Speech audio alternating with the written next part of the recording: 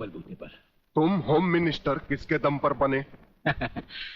आपकी मंजूरी के बिना इस राज्य में मिनिस्टर का पोर्टफोलियो कौन संभाल सकता है? ये सब आपकी ही कृपा है प्रलयनाथ जी। अच्छा, फिर वो खाकी वर्दी वाला रुद्र प्रताप चौहान इस खेत की मूली है? उसने हमारा सोने चांदी का धंधा बंद करवा दिया। हमने गुस्से का घोट शराब में मिलाकर पी लिया। उसने हमारे जुए खाने, शराब के अड्डे, जिसमें फरोशी के धंधे सब चौपट कर दिए। मैंने अपने गुस्से को आंखों की लाले में लाके डुबो दिया। यह सब तो मैंने बर्दाश्त कर ही लिया, मगर मेरी जिंदगी के आखिरी मकसद को नाकाम करने की उसकी कोई भी कोशिश अब मैं बर्दाश्त नहीं कर पाऊंगा। मुझे 24 घंटे के अंदर उसकी ट्रांसफर चाहिए। क्षमा कीजिए प्रलयनाथ जी, ये कदाचित नहीं हो सकता। मैं हाई कमांड से भी इस मामले में चर्चा कर चुका हूं। रुद्र प्रताप का ट्रांसफर असंभव है। जो संभव होता है उसे हम जैसे सत्यवादी पुलिस ऑफिसर की मदद से गुंडा स्वामी आप संभव कर सकते हैं। क्या मतलब? मतलब है रुद्र प्रताप की मौत। मगर तुम तो आज तक यही बकते आए हो कि ना ही कहीं वो अकेला जाता है और ना ही निहत्था। मगर अब ये भी बकता हूं कि वो एक जगह अकेला भी जाता है और निहत्था भी। या! या! या!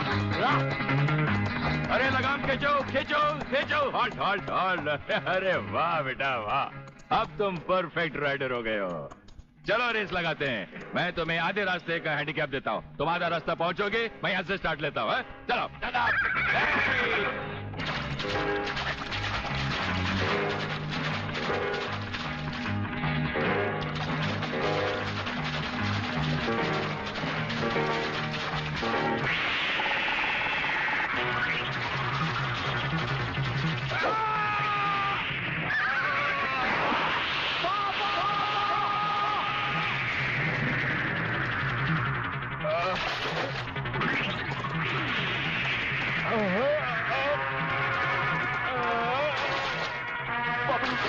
पापा, ये तुम्हें क्या हो गया पापा?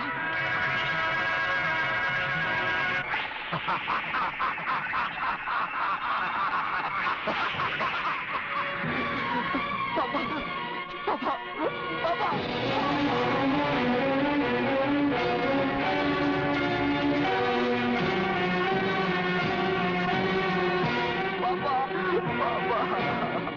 मगर स्वामी जी, ये छोटी बात नहीं है।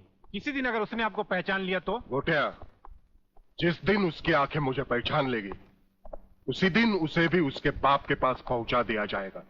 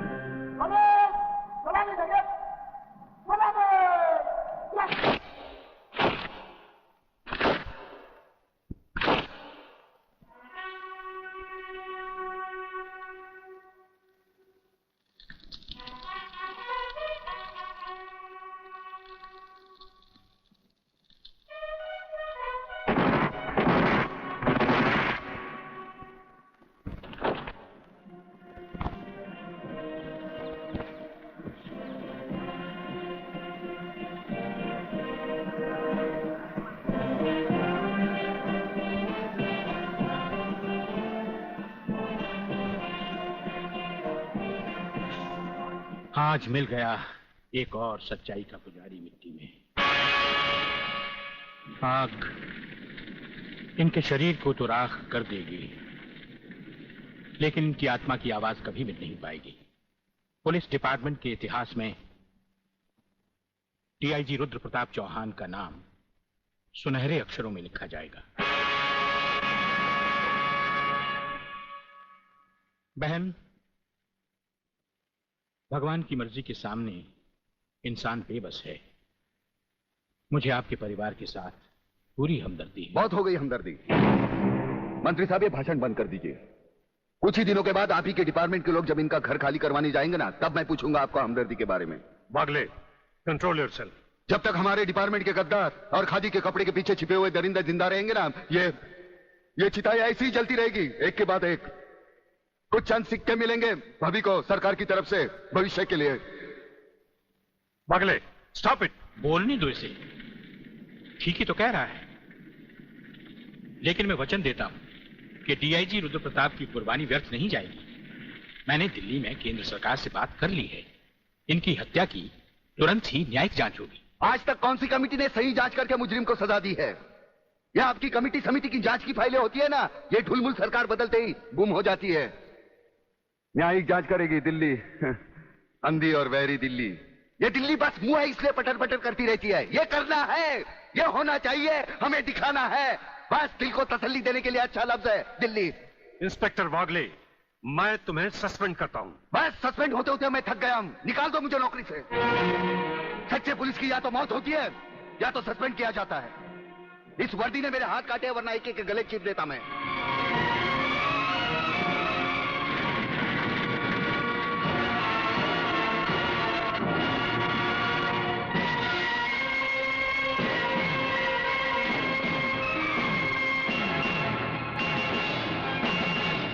आप सब अच्छी तरह से सुन लें कि आज की इस मीटिंग के बाद मैं इस मामले में और कोई मीटिंग नहीं बुलाऊंगा। आज हमें इसी वक्त एक ऐसा डिसीजन लेना होगा जिससे कि हम देशद्रोहियों को जड़ से ही उखाड़कर फेंक सके। सर, बात अब इतनी आगे बढ़ चुकी है कि पुलिस और लोकल गवर्नमेंट के बस के बाहर है। अब सिर्फ एक ही रास्ता है sir, military force. Mister Menon, आपकी क्या राय है? सर, मिस्टर सिन्हा ठीक कह रहे हैं। सर, इसके लिए हमें पूरी मिलिट्री फोर्स भेजने की जरूरत नहीं। ये काम एक ऑफिसर सिर्फ अकेला ही कर सकता है। सिर्फ एक? यस सर, सिर्फ एक। वो शेरों का शेर है और राजाओं का राजा। हमारी पूरी मिलिट्री फोर्स को उस पर नाज है। उसने जिंदगी में कभी किसी चीज से हार नहीं मानी, इसलिए उसे वन मैन आर्मी कहा जाता है। कौन है वो? ब्रिगेडियर सूर्यदेव सिंह। 1962 की जंग में मेजर सूर्यदेव सिंह ने दुश्मनों के कई हवाई जहाज अपने कभी न खाली जाने वाले तेज निशाने से मार गिराए।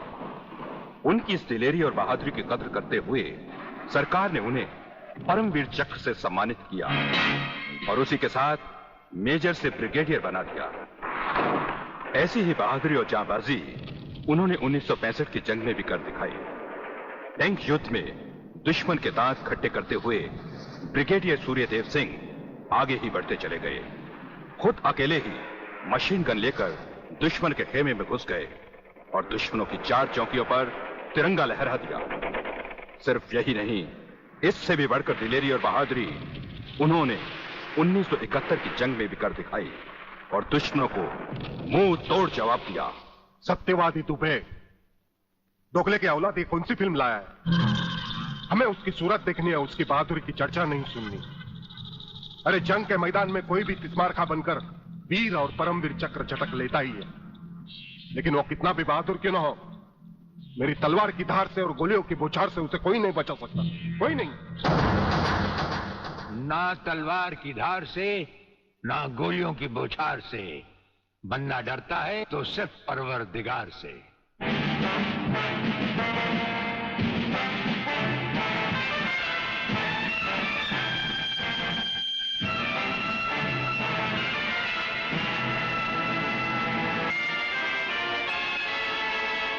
ब्रिगेडियर सूर्यदेव सिंह? अच्छा, तो यही है तुम्हारा ब्रिगेडियर सूर्यदेव सिंह। ढूंढ डालो इसे। खबरदार, कोई हिलेगा नहीं। हमारे कमांडोज ने तुम्हारे सब साथियों को घेर रखा है। स्वामी जी, जरा अपने पीछे भी नजर डालो। ये कमांडो बड़ा खतरनाक है। तुम्हारा बाप है, पत्ता हिलने से पहले ही पेड़ काट डालता है। तुम्हारी भलाई अब इसी में है कि बिना हिले जुले खामोश खड़े रहो।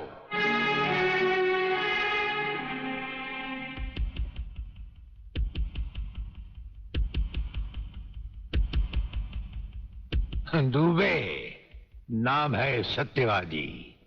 सत्यवादी दुबे। जैसे गधे की पीठ पर घोड़े की जीन अच्छी नहीं लगती, वैसे ही तुम्हारे कंधों पर ये सितारे अच्छे नहीं लगते। और ये कमरबंद पेटी भी अच्छी नहीं लगती।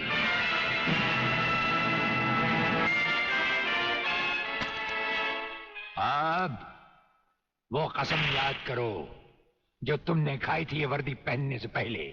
हम कसम खाते हैं कि हम पूरी ईमानदारी और वफादारी से देश और कानून की रक्षा करेंगे।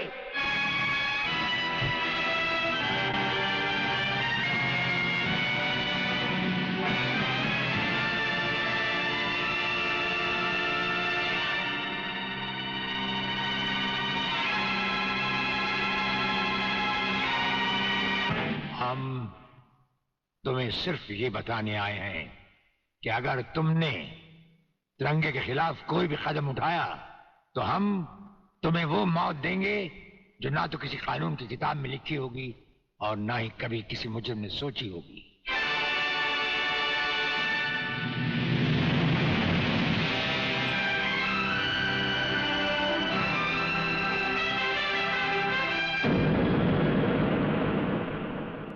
Hello, inspector Wagle speaking.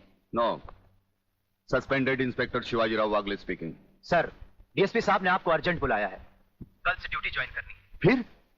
Inspector वागले, तुम्हें शायद मालूम नहीं कि तमाम पुलिस ऑफिसर्स की फाइल्स देखने के बाद ब्रिगेडियर सूर्यदेव सिंह ने सिर्फ तुम्हें चुना है। सर, अब तुम दोनों को मिलकर काम करना है, लेकिन तुम पूरब हो तो वो पश्चिम है। इसलिए सीनियर ऑफिसर होने के बावजूद मेरी तुमसे रिक्वेस्ट है कि ब्रिगेडियर सूर्यदेव सिंह के साथ मिलकर जो भी खेल खेलना हो, शांति और ठंडे दिमाग से खेलना। सर।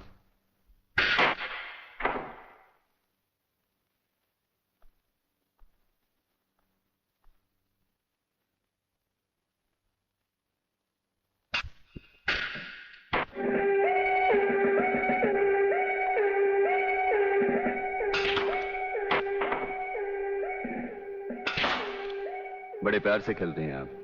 असली खिलाड़ी मरने वाले दुश्मन को पता भी नहीं चलने देते कि कब होगी उसकी मौत। तो फिर प्रलयनाथ को छोड़ क्यों दिया? क्या उससे गले मिलने गए थे? गले मिलने गए थे? उसके गले का माप लेने गए थे कि वो फंदे की मौत मरेगा या हमारे पंजे की। वागले, गर्मजोशी अच्छी चीज है लेकिन हमेशा काम नहीं आती। तुमने तो देखा ही होगा कि इसी गर्मजोशी की वजह से तुम कई बार सस्पेंड हो चुके हो। नौकरी की परवाह है किसको? यहां है कौन अपने पीछे रोने वाला? इस ईमानदारी की वजह से बहुत कुछ भुगता है, कोई तकरार नहीं है सर। लेकिन ये गुनाहगार कानून को हाथ में लिए फिरते हैं और मैं हमेशा कानून के दायरे में रहकर काम नहीं कर सकता। अपना तो उसूल है, पहले लात फिर बात, उसके बाद मुलाकात। भाई वागले, अपना तो उसूल है, पहले मुलाकात फिर बात और फिर अगर जरूरत पड़े तो लात। बड़ी उम्मीद थी आपसे, लेकिन अब पता चला आपका रास्ता अलग, मेरा रास्ता अलग। आप नरम खून के, मैं गर्म खून का। हम एक साथ काम नहीं कर सकते सर। वागले, तुमने समझा कि जिंदगी में सिर्फ तुमने ही बहुत कुछ खोया है। इस इंसान को देखो, जब चाहता ये घर बसा सकता था, लेकिन नहीं। इस अकेली जान को हमने अपने देश के लिए उठा रखा है। दोनों का मकसद एक है, मंजिल एक है, सिर्फ रास्ते अलग अलग हैं। नहीं वागले, हमारे रास्ते भी एक हैं, मंजिल भी एक है। और फिर इतनी बड़ी दुनिया में तुम्हारा कौन है? कोई भी नहीं, सिवाय फर्ज के। इस दुनिया में हमारा कौन है? कोई भी नहीं, सिवाय फर्ज के। अगर फर्क है तो सिर्फ सोचने के ढंग में और काम करने के तरीके में। अब हमें इस फर्क को मिटाते हुए ये युद्ध एक साथ लड़ना होगा।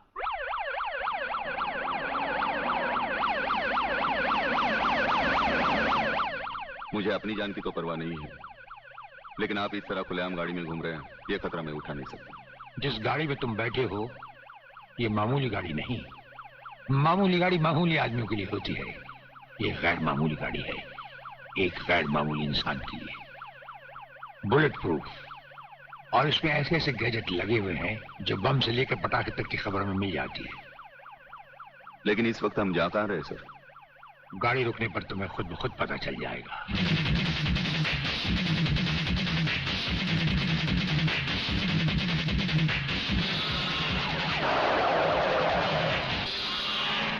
वागले, यहां हमारा घर है।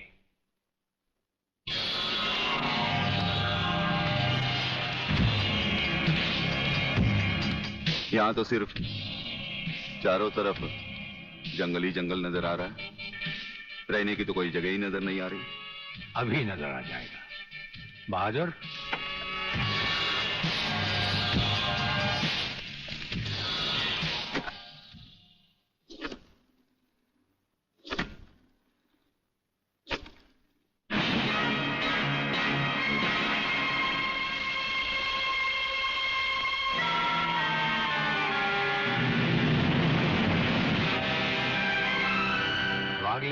ये ऐसा बंकर है जिसका अता पता सिर्फ हमें या एक हमारे खास आदमी खबरीलाल को है, और आज से तुम्हें होगा। ये इतना मजबूत है कि इस पर ना तो कोई हवाई हमले का असर हो सकता है और ना किसी बम या बारूद का। दुश्मन तो क्या, हमारी इजाजत के बगैर परिंदा भी पर नहीं मार सकता। वागले आओ, अब हम तुम्हें अपने बंकर से वाकिफ करवाएं। ये रहा हमारा ट्रांसमीटर सेक्शन। यहां से हम हिंदुस्तान के किसी भी मिनिस्टर से जब जी चाहे हॉटलाइन पर बात कर सकते हैं, लेकिन आसमान वाले ने चाहा तो इसकी जरूरत कभी नहीं पड़ेगी। हम अकेले ही तुम्हारे साथ वागले सब कुछ संभाल लेंगे। और वो देखो, वो एक कमरा जिसमें सब हथियार रखे हुए हैं, और उस कोने में रहा हमारा अस्पताल। यहाँ हर लाए दुश्मन का सीटी स्कैन करके उसकी अंदरूनी बीमारियों को बाहर निकाला जाता है। मुझे छोड़ दीजिए ब्रिगेडियर साहब, मैं सच कहता हूँ, मैं प्रलयनाथ के बारे में कुछ नहीं जानता।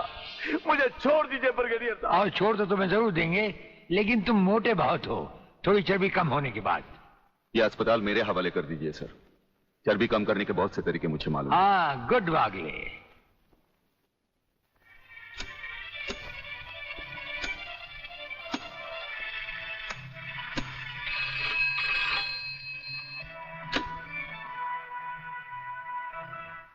नमस्कार सर, मैं खबरीलाल बोल रहा हूँ। ओ खबरीलाल, आज के मुख्य समाचार ये हैं कि प्रलयनाथ गुंडा स्वामी ने खतरनाक किलर बब्बन खूनी को आपको खत्म करने के लिए एक बहुत बड़ी सुपारी दी है। हमारे नाम की सुपारी खाने वाले को जिंदगी भर दांत चबाने पड़ेंगे। ये हमारे नाम की सुपारी खाने वाले चमगादड़ के खाने पीने का ढाबा कहाँ है खबरीलाल? शहर से 40 मील दूर काली पहाड़ी के पीछे उसका एक अपना बहुत बड़ा मैंगो फार्म है। आज के समाचार समाप्त हुए।